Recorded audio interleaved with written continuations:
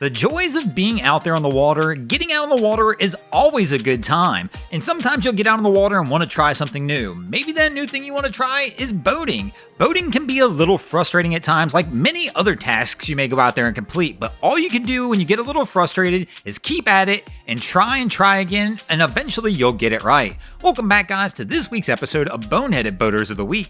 So what are some of the mistakes as a new boater you may make out on the water as you try and get used to things? Well, one of the key mistakes you may make is you may have came under a bridge earlier in the day, so you may not even think about it when you're on your way back, because you're not used to dealing with tides and things like that, and all of a sudden you find out that the bridge isn't as accessible as it was when you came through earlier. Another key mistake you may make early in your boating life is forgetting that you are the captain of the vessel. You're going to encounter people on your boat who are going to tell you they want to do things, and you may let them do it, not fully understanding you're responsible for those people and it's up to you to tell them no. And another big mistake you may make early on in boating is listening to friends who tell you they have boating experience when it turns out they really don't. They may say things like, "I'll help you dock the boat or pull the boat out of the water, I've done it 100 times, only to find out a little later on they may not quite have the experience they claimed. Now, one mistake you never want to make as a new boater is going to be forgetting that drain plug, and today we're going to help you out on that one as we're going to give away one of our Drain Plug Mafia tumblers, so every time you take a sip, you remember you need to put that drain plug in.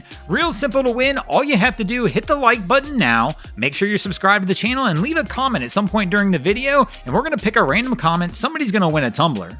Another mistake many boaters make early in their boating career is going to be trying to do more than their vessel can do or their capabilities of themselves doing. So for example, if you're a new boater, it's probably not a wise idea to try and get out there and tow somebody. It's a lot more complex than it looks.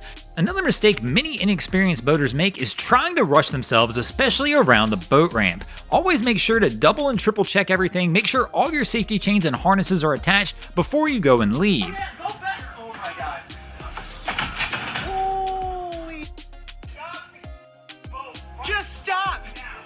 This is another mistake that I see many newer boaters make, and no, I'm not talking about hitting the dock. If people are yelling at you from the dock, trying to give you advice and let you know that things are wrong, stop and probably listen to them, because things are probably off. Sure, your immediate reaction is going to be probably to fight with these guys on the dock, but I have yet to ever hear somebody yell from the dock, just stop and turn the boat off, and that not probably be the correct move at the moment. Now, obviously, this situation is a professional boater. We've got a guy behind the helm of the tugboat, but that's another rookie mistake some people make.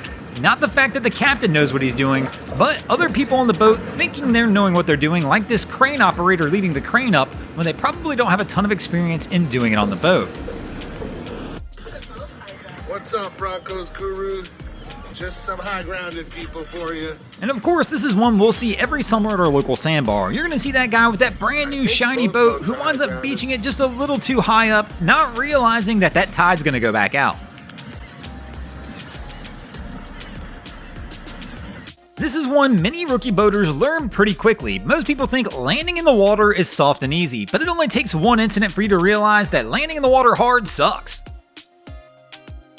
Another rookie mistake is not understanding no-wake zones. Now, no-wake zones are a little different everywhere. They don't have to be posted by a sign. For example, in many states, if you're within a certain amount of feet of docks, you're in a no-wake zone, whether it's listed as a no-wake zone or not. So please understand your local laws and make sure, once again, basic rule, never go any faster than you're willing to hit something. And another key fact that many new boaters neglect is going to be not understanding right-of-way. Who has the right-of-way when they're out on the water? Be sure to learn your local rules and laws, and especially be sure if you're on a lake or a certain body of water to go ahead and learn what your local markers and signs mean. The last thing you want to do is get out on your waterways and think something's telling you to go one way and you find out real quickly that was the wrong direction. Thanks for watching, guys. I hope you enjoyed this week's episode of Boneheaded Boaters of the Week.